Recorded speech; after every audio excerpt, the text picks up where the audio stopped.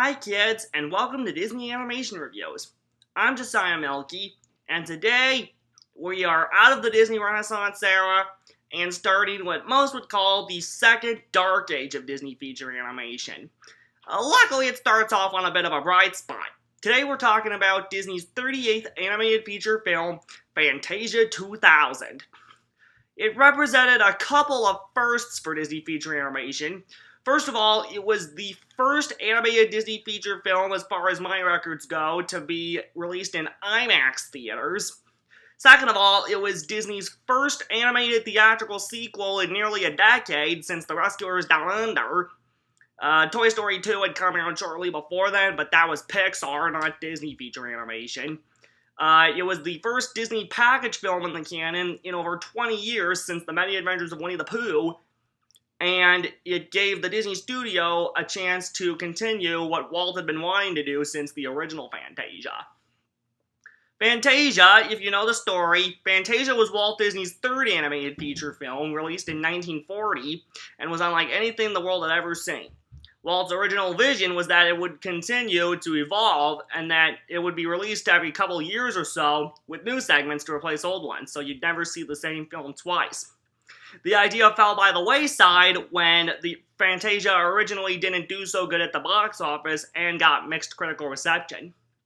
Years later, Walt's nephew, Roy Disney, suggested finally getting a chance to do a Fantasia sequel, and it took about 6 or 7 years before Michael Eisner finally agreed to give the Fantasia sequel a try, after the original film's success in its 1991 theatrical re-release and its success on home video. It took them almost the entire decade of the 1990s to get production on the sequel finished. Obviously because they were working on other films at the time, but that's another story. Fantasia 2000 premiered the week before Christmas, 1999, at Carnegie Hall in New York City. It was actually just under a month after Toy Story 2 came out. Its premiere at Carnegie Hall was part of a 5-city concert tour that also included visits to London, Paris, Tokyo, and Pasadena, California.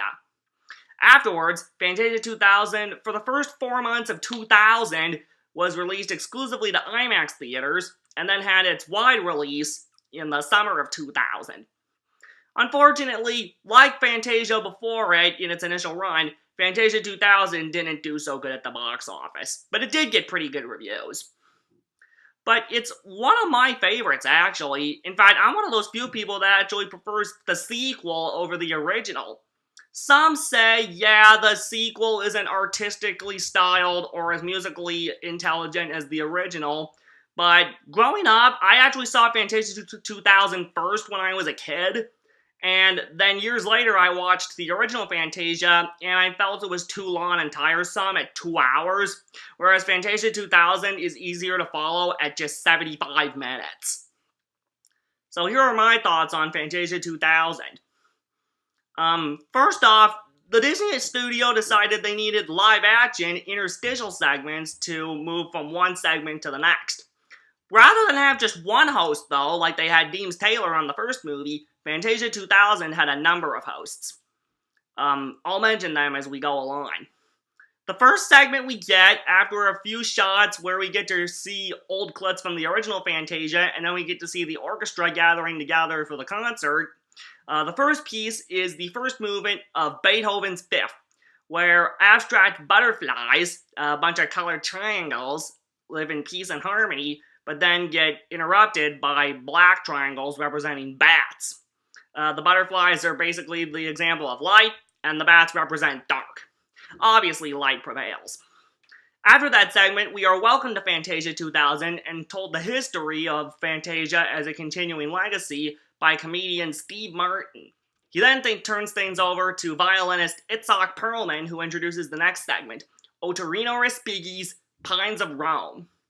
When you hear this piece, you'll think of people walking along a sidewalk with flowers and trees and whatnot, but when the Disney artists heard this piece, they thought of something different. In the Disney version of Pines of Rome, they have a bunch of whales flying through the Arctic due to a supernova. A baby whale gets separated from his family in an iceberg, but eventually his parents and the rest of the herd rescue him. Quincy Jones introduces the next segment, accompanied by his friend Ralph playing the piano. This piece is Rhapsody in Blue by George Gershwin, in the style of artist Al Hirschfeld. Disney animator Eric Goldberg, one of the directors of Pocahontas, and the guy who animated the genie in Aladdin, wrote, directed, and animated this segment. And Al Hirschfeld was a big influence on him when he was working on Aladdin. So when they decided to do Rhapsody in Blue in the style of Hirschfeld, Goldberg actually got to meet Hirschfeld, who served as a design consultant on the segment. Rhapsody in Blue is the story of the Great Depression in 1930s New York City, showing a bunch of different people who go through their daily lives and are hoping for something more. Eventually, their dreams come true, because Disney pretty much always does a happy ending. Rhapsody in Blue is actually my least favorite segment, because it's a bit too long and tedious. At 12 minutes, it's the longest segment in the movie. Maybe if they'd shortened it down a bit, I would like it, but nah, I'm not a big fan of it. The next one, some people seem to dislike, but I like it. It's the Steadfast Tin Soldier, based off the Hans Christian Andersen story of the same name, and set to the Piano Concerto No. 2 by Shostakovich. Bette Midler, the voice of Georgette in Oliver and Company, introduces this segment, talking about ideas for future Fantasia segments that got deleted, and how they finally did the Steadfast Tin Soldier, about a one-legged tin soldier who falls in love with a toy ballerina and must protect her from the evil Jack-in-the-Box. Anyone who's a fan of the Toy Story movies, like me, will probably like this segment, if only for the fact that, like the Toy Story movies, it's about toys being alive, and it's computer animated. Might not be as good as the computer animation on Pixar's films, but I like it. James Earl Jones, who voiced Mufasa in The Lion King, introduces the next segment, The Carnival of the Animals by Camille Saint-Saëns. This was the other one written, directed, and animated by Eric Goldberg, who makes a cameo at a drawing table while Jones is talking about the segment. At less than 2 minutes, this is the shortest segment in the movie, about a bunch of flamingos, one with a yo-yo. The idea actually came from Disney artist Joe Grant, a longtime Disney employee who was a fan of the ostriches from the Dance of the Hour segment, and thought, what would happen if one of them had a yo-yo? They changed it to flamingos to avoid repetition, but otherwise it's a cute segment. The next segment is the only one carried over from the original Fantasia, The Sorcerer's Apprentice, starring Mickey Mouse as the title character, and introduced respectively by the magic duo Penn and Teller. If you saw my review of the original Fantasia, you know how Sorcerer's Apprentice goes. After that, Mickey comes to talk to the conductor of the movie, composer James Levine. He's conducting the Chicago Symphony Orchestra, who are playing most of these pieces, except for Sorcerer's Apprentice, which is from the original, conducted by Leopold Stokowski and played by the Philadelphia Symphony Orchestra. And Rhapsody in Blue is an original performance from somewhere else. Anyway, Mickey talks with the film's conductor, James Levine, who introduces the next segment, while Mickey goes to look for Donald Duck, who's starring in the next segment.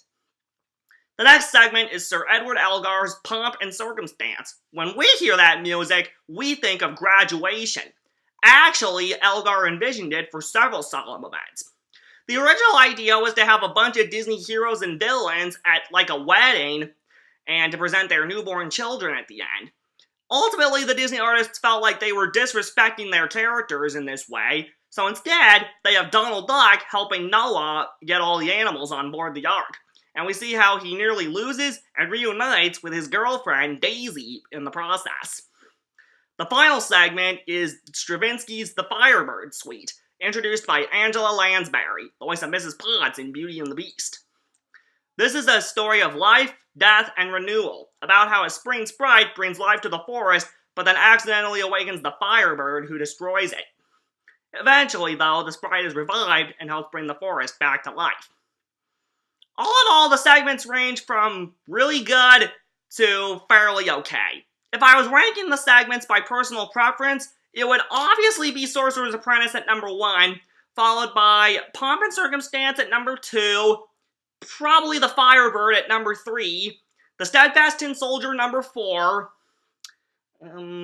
Carnival of the Animals number 5, Pines of Rome number 6, the opening Beethoven's 5th segment number 7, and that leaves Rhapsody in Blue in last place at number 8. While some will argue that the original Fantasia is more superior, I do think Fantasia 2000 will appeal to kids more.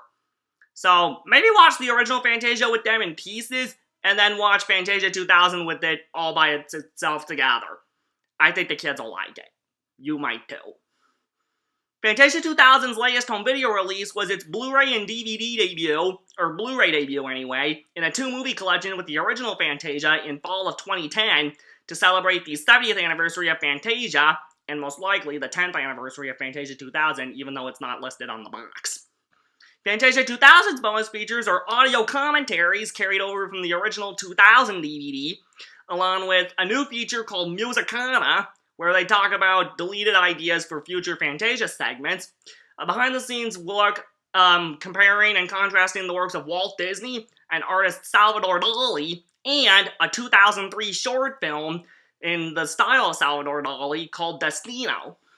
Destino was actually planned for a third Fantasia film, Fantasia 2006, but it got cancelled. Just the DVD by itself, the Blu-ray is obviously a combo pad that includes DVD copies of the movies, and the Fantasia 2000 DVD only gets the Musicana featurette as a bonus feature. Other shorts that were planned for Fantasia 2006, after the project was cancelled, they ended up elsewhere. The short film Lorenzo, about a cat who gets a jinx on his tail, was released at a film festival in 2004, and was released in theaters with a movie called Raising Helen, but wasn't seen by the general public until the Walt Disney Animation Studios Short Films Collection Blu-ray in summer of 2015. The short is written, directed, and designed by Mike Gabriel, the other director of Pocahontas.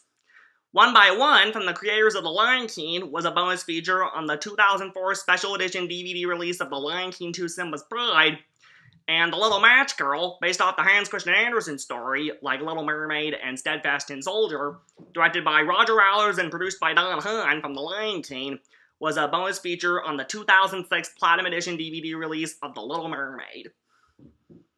So that's my thoughts on Fantasia 2000. Again, there are people who prefer the original, there are some people that will prefer the sequel, and I'm one of those people that prefers the sequel. Watch the original Fantasia first if you want to, but I still think that little kids will enjoy Fantasia 2000 more. So give that movie a chance if you get a shot at it. Well, we're out of time for today. Remember, when you wish upon a star, your dreams come true. Goodbye!